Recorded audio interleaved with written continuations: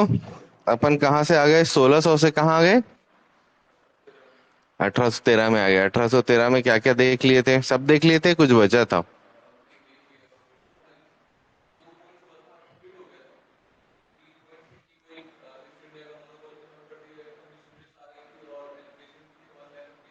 हम्म।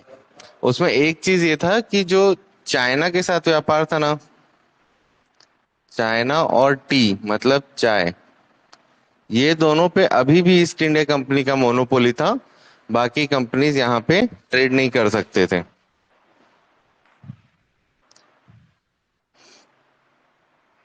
बाकी तो इसमें और कुछ नहीं। टी जो हमारा है ना, ये नॉर्थ ईस्ट से भी आता था और हमारे पास चाइना से भी आता था। चाइना से हमारे पास सिल्क, टी और अफीम आता था। ये तीन चीज मतलब ब्रिटिशर्स इस तीन चीजों में मेन डील करते थे। तो उसमें से चाइना के साथ ये तीनों चीज पे, और नॉर्थ ईस्ट ऑफ इंडिया में सिर्फ चाय के साथ इन्होंने वो किया था कि ये ट्रेड मोनोपोली उन्हीं की रहेगी, ईस्ट इंडिया कंपनी की। 1813 में जब बाकी कंपनी इसको अलाउ किए ना, कि बाकी कंपनीज यहाँ आके व्यापार कर सकती हैं, तो भी ये दो चीजों को उस व्यापार से अलग रखा गया था। वो बाकी चीज में ट्रेड कर सकती थी, मसालों में कर सकती थी, बाकी चीजों में कर सकती थी, इसमें नहीं कर सकती थी। अफीम, चाय और सिल्क इंडियन सिल्क पे कर सकते थे, चाइनीज सिल्क पे नहीं कर सकते थे। उसको पढ़ने की जरूरत नहीं, वो पूछेगा ही नहीं।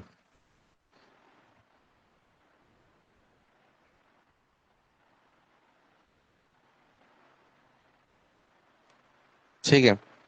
तो 1813 में हमने क्या क्या देखा था? एक तो ट्रेड मोनोपोली खत्म हुई थी, दूसरा 1 लाख रुपए खर्च कर रहे थे, और तीसरा धार्मिक उसका वो मिला था। 1813 के बाद अगला चार्टर कब आना था? 1833 में। तो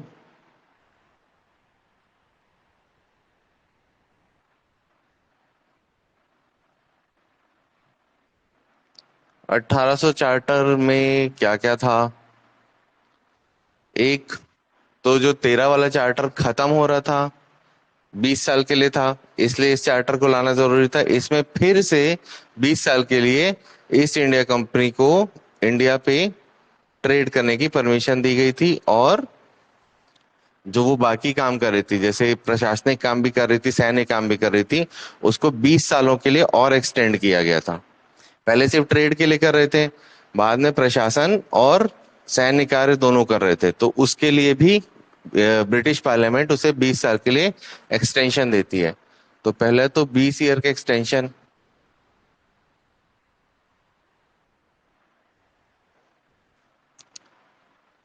1833 में और क्या हुआ था? हाँ, यहाँ पे ना, जो हमारा गवर्नर जनरल ऑफ बंगाल बोलते थे हम पहले,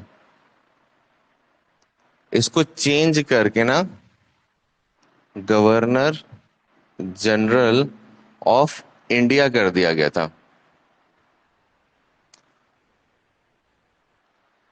1833 में भी ऐसा था कि कुछ राज्य थे, जैसे ये अगर इंडिया है ना, तो इंडिया में ये जो बंगाल उड़ीसा वाला एरिया है, असम वसम वाला, ये ईस्ट इंडिया कंपनी के पास था।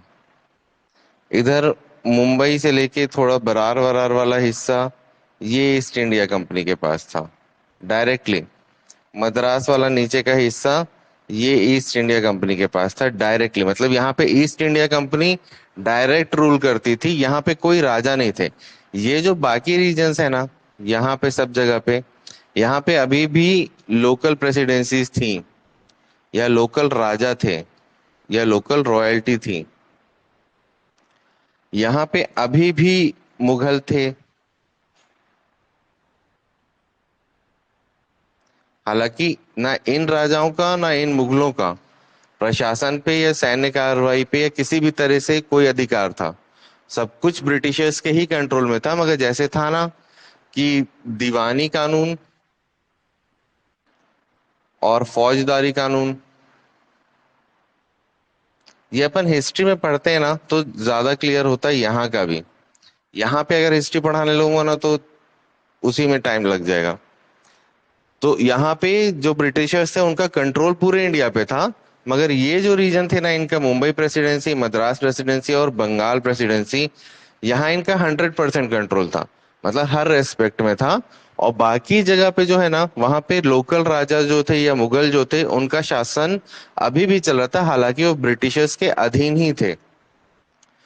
तो यहाँ पे ना, जो गवर्नर जनरल था हमारा, उसको सिर्फ बंगाल का गवर्नर जनरल ना कह करके अब उसे पूरे भारत का गवर्नर जनरल कहा जाने लगा था।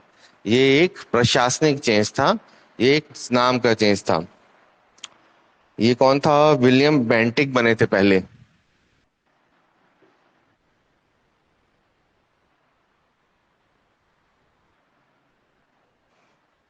विलियम बेंटिक पहले गवर्नर जनरल बने थे हमारे।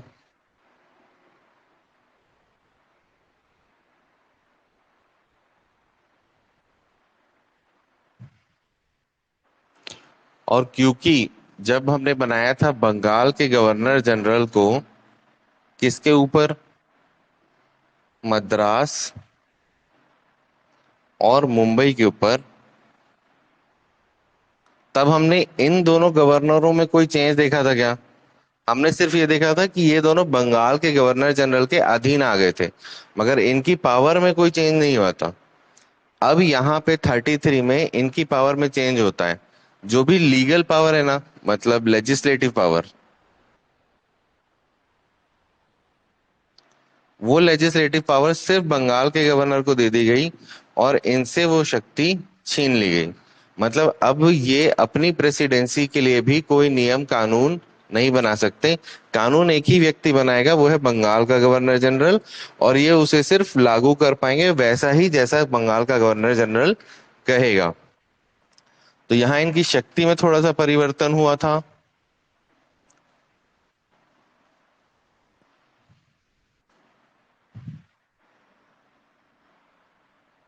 NI के है ना, ये बेंटनिक था ये। और क्या क्या हुआ था? हाँ, इंडियंस को परीक्षा में भाग लेने के लिए वो किया गया था, परमिशन देने की कोशिश की गई थी।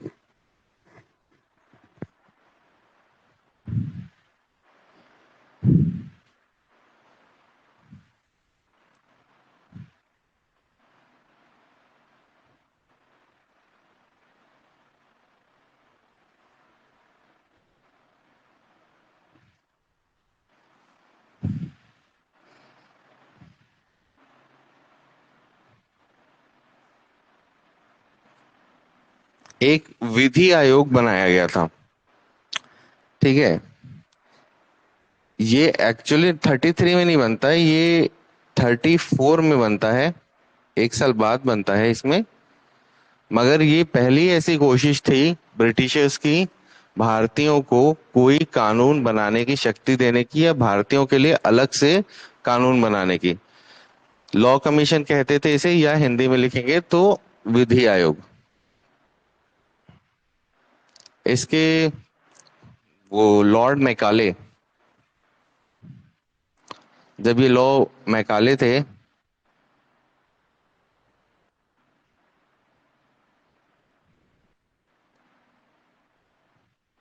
लॉर्ड मैकाले इस बोर्ड के अध्यक्ष बने थे। और लॉर्ड मैकाले ही जो गवर्नर जनरल ऑफ बंगाल है ना, इसकी जो काउंसिल बनी थी, उसमें विधि सदस्य थे।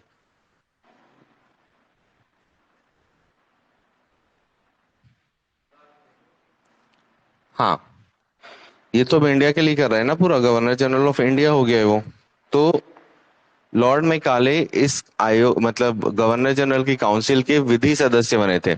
सदस्य गवर्नर जनरल की काउंसिल में बने थे, मगर इनको ना वोटिंग राइट्स नहीं थे।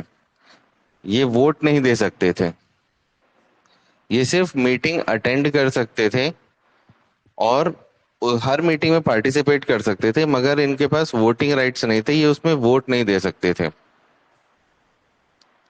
तो ये पूर्ण सदस्य नहीं थे, ये अर्ध सदस्य कह सकते हो आप, ऐसा था।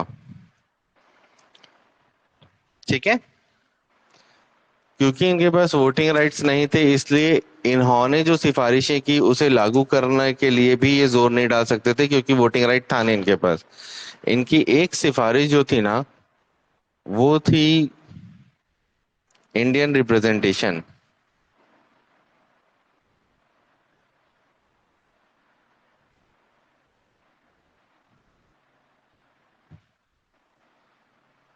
इसमें था कि जो भारतीय हैं उन्हें कंपनी की सेवा करने में या कंपनी की किसी भी पद पे, किसी भी कार्यालय में, किसी भी स्थान पे नौकरी करने से रोका नहीं जा सकता, सिर्फ उनके रंग, धर्म और जाति के आधार पे। अगर वो मतलब इतने सक्षम हैं कि वो वहां पे नौकरी कर सकते हैं, योग्य हैं, तो उन्हें नौकरी दी जानी चाहिए। मगर इस चीज का जो ये है ना रिप्रेजेंटेशन, इसका हुआ था विरोध। कौन किया था? बोर्ड ऑफ कंट्रोल ने इसका विरोध किया था। तो ये जो प्रावधान है ना, ये लागू नहीं हो पाया था। ये प्रावधान था, आ, इन्होंने जो बनाया था, मगर ये प्रावधान लागू नहीं हो पाया था।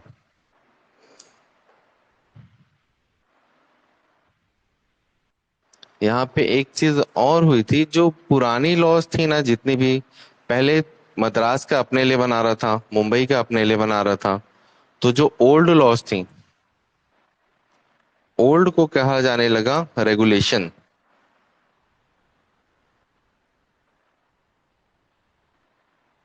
और जो नई लॉज बनी ना, न्यू लॉज, उनको अब कहा जाने लगा एक्ट।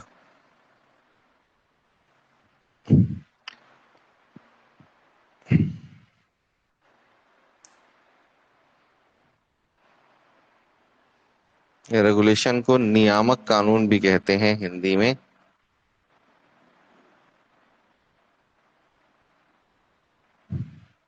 और इसे अधिनियम कहते हैं।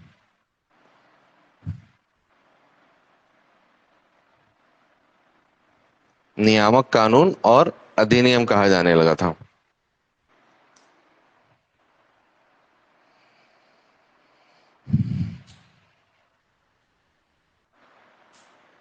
ठीक है।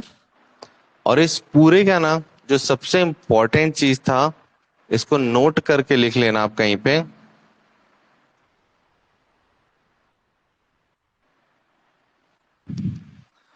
ईस्ट इंडिया कंपनी, ये बेसिकली व्यापार करने आई थी।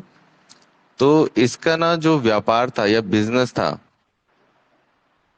इस पे पूरी तरह से प्रतिबंध लगा दिया गया था। अब ईस्ट इंडिया कंपनी सिर्फ एक गवर्निंग बॉडी थी, वो एक बिजनेस बॉडी नहीं थी। अब वो बिजनेस नहीं करेगी।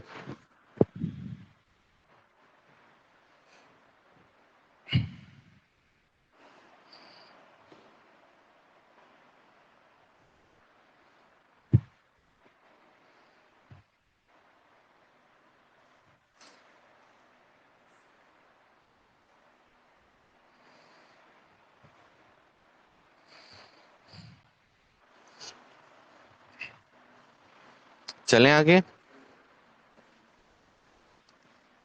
अब ये व्यवस्था चलती रही 1853 तक। 1853 में इनको कितने समय के लिए दिया गया था? इनको दिया गया था 20 साल के लिए। तो ये अब चेंज होके कितने साल के लिए हो जाएगा? 53 में जो नया चार्टर आया ना, 53 के नए चार्टर में जो 20-20 साल के लिए बढ़ा रहे थे ना, उसे खत्म करके अनलिमिटेड टाइम के लिए कर दिया।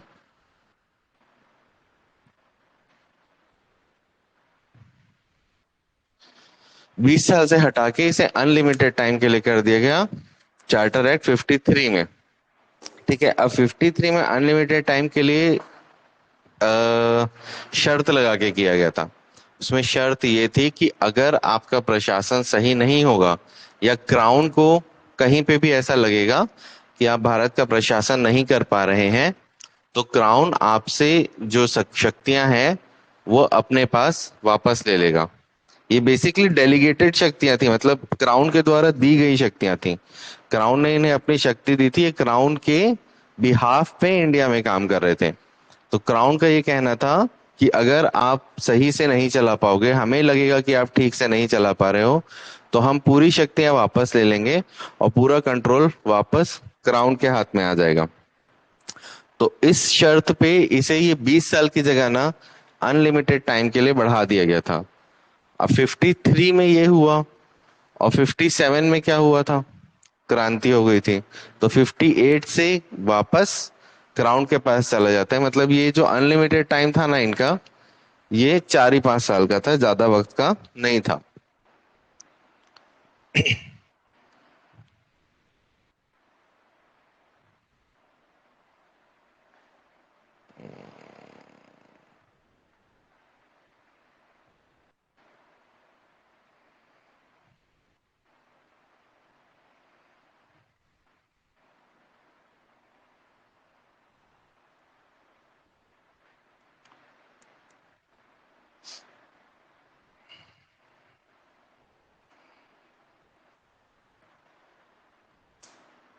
चले,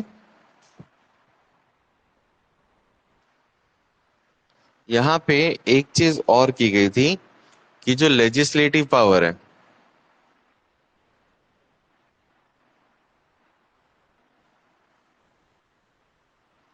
और एडमिनिस्ट्रेटिव पावर, इन दोनों को अलग अलग कर दिया गया था।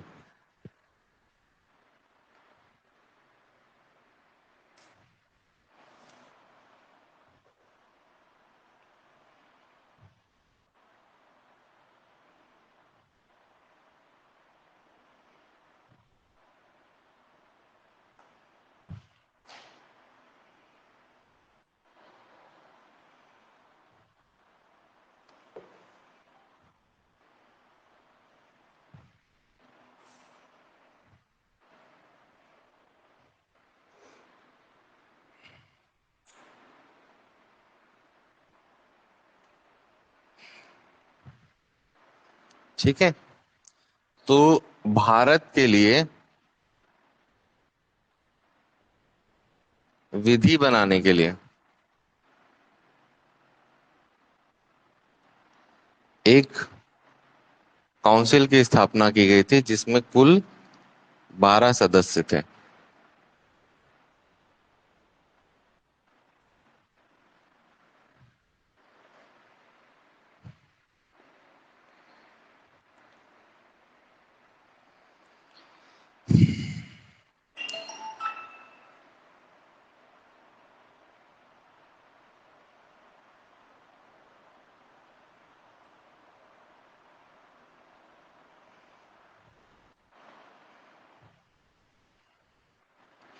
ठीक है, ये 12 सदस्य ना, ये अलग अलग क्षेत्रों से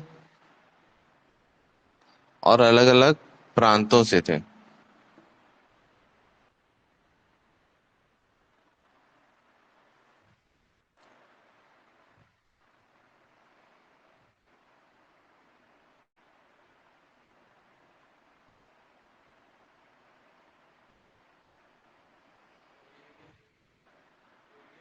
नहीं,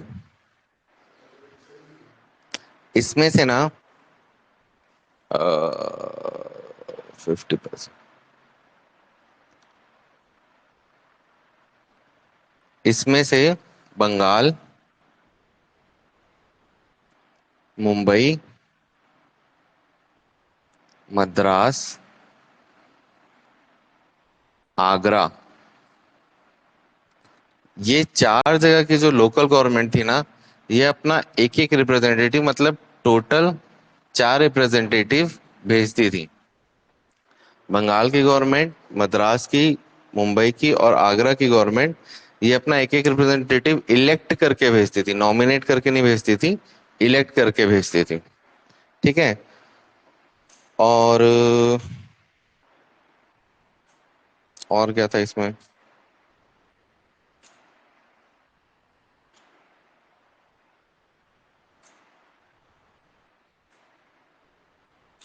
53 में और क्या था?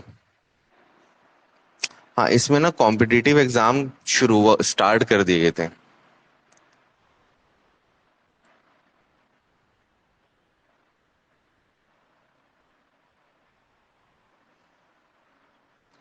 कॉम्पिटिटिव एग्जाम शुरुआत कर दिए गए थे।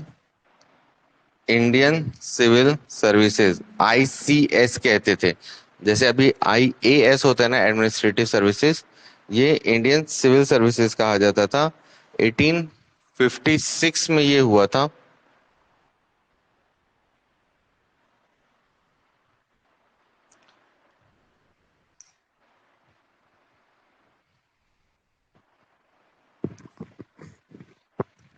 सत्येंद्र नाथ टैगोर। सत्येंद्र नाथ टैगोर पहले इंडियन थे जिन्होंने आईसीएस क्लियर करके इसे ज्वाइन किया था।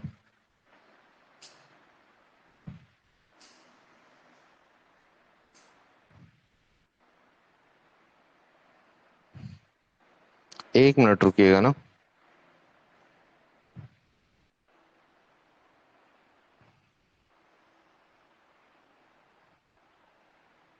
हेलो।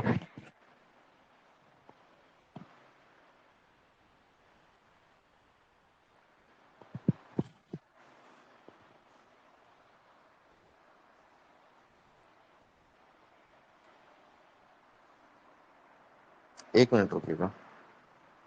कट भी नहीं रहा, हैंग हो गया फोन।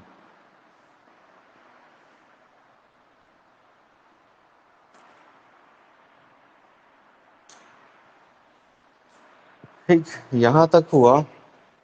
इसके बाद सत्येंद्र नाथ टैगोर लिख लिए ना। इसके बाद क्या हुआ था?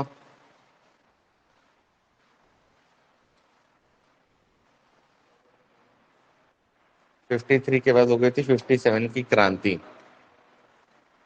तो 1857 में जब क्रांति हुई ना, तब ब्रिटिश क्राउन ने पूरी शक्तियां अपने हाथ में ले ली। अरे यार, एक सेकंड रुकिएगा, आ रहा हूँ।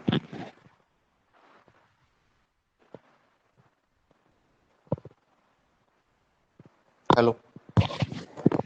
बोलिए। जी जी जी। क्लास ले रहा हूँ, क्लास ले रहा हूँ।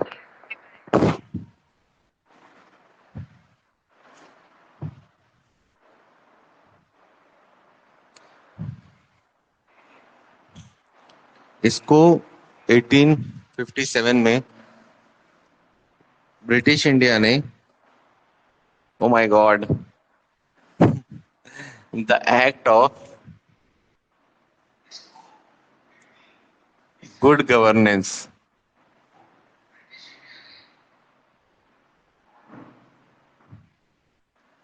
The act of good governance कह के इन्होंने इसे इंडिया पे लागू किया।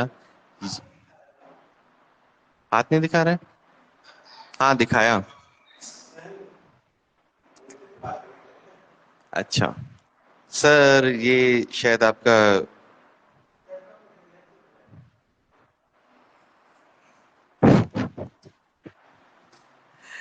The act of good governance, act of good governance इसलिए क्योंकि 1857 की क्रांति में ना, अंग्रेजों को पहली बार लगा कि ब्रिटिशर्स जो है वो इंडिया पे जो शासन कर रहे थे उससे भारतीय खुश नहीं है।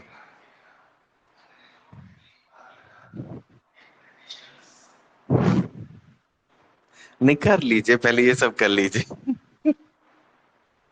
कि ब्रिटिशर्स इंडियन से ना खुश नहीं है और इंडियंस को अपनी शक्ति का एहसास होने लगा है। तो उन्हें ये था कि किसी भी तरह से इंडिया हमारे हाथ से नहीं जाना चाहिए। तो वो मूल रूप से तो इंडियंस को खुश नहीं कर सकते थे क्योंकि वो धंधा करने आए थे, पैसा कमाने आए थे। उन्होंने क्या किया, हर चीज को ना पर्दा डाल दिया। जैसे गवर्नर जनरल का पद था, उस पद का नाम बदल के उसे वॉइस रॉय कर दिया गया। वॉइस रॉय का मतलब,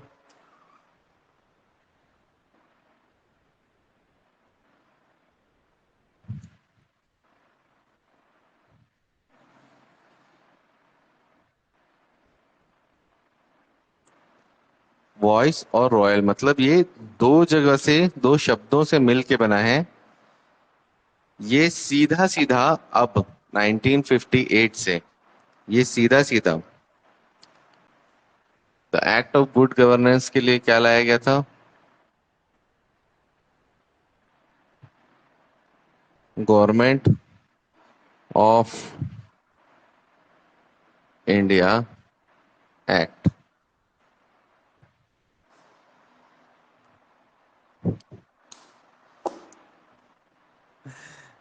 हाँ, तो ये जो वॉइस रहा था, ये डायरेक्टली अब रानी का रिप्रेजेंटेटिव हो गया।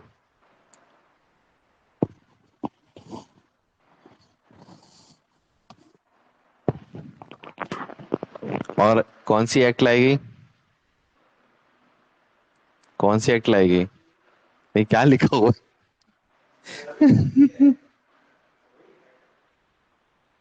सामने लिखा हुआ नहीं पढ़ पा रहे लोग।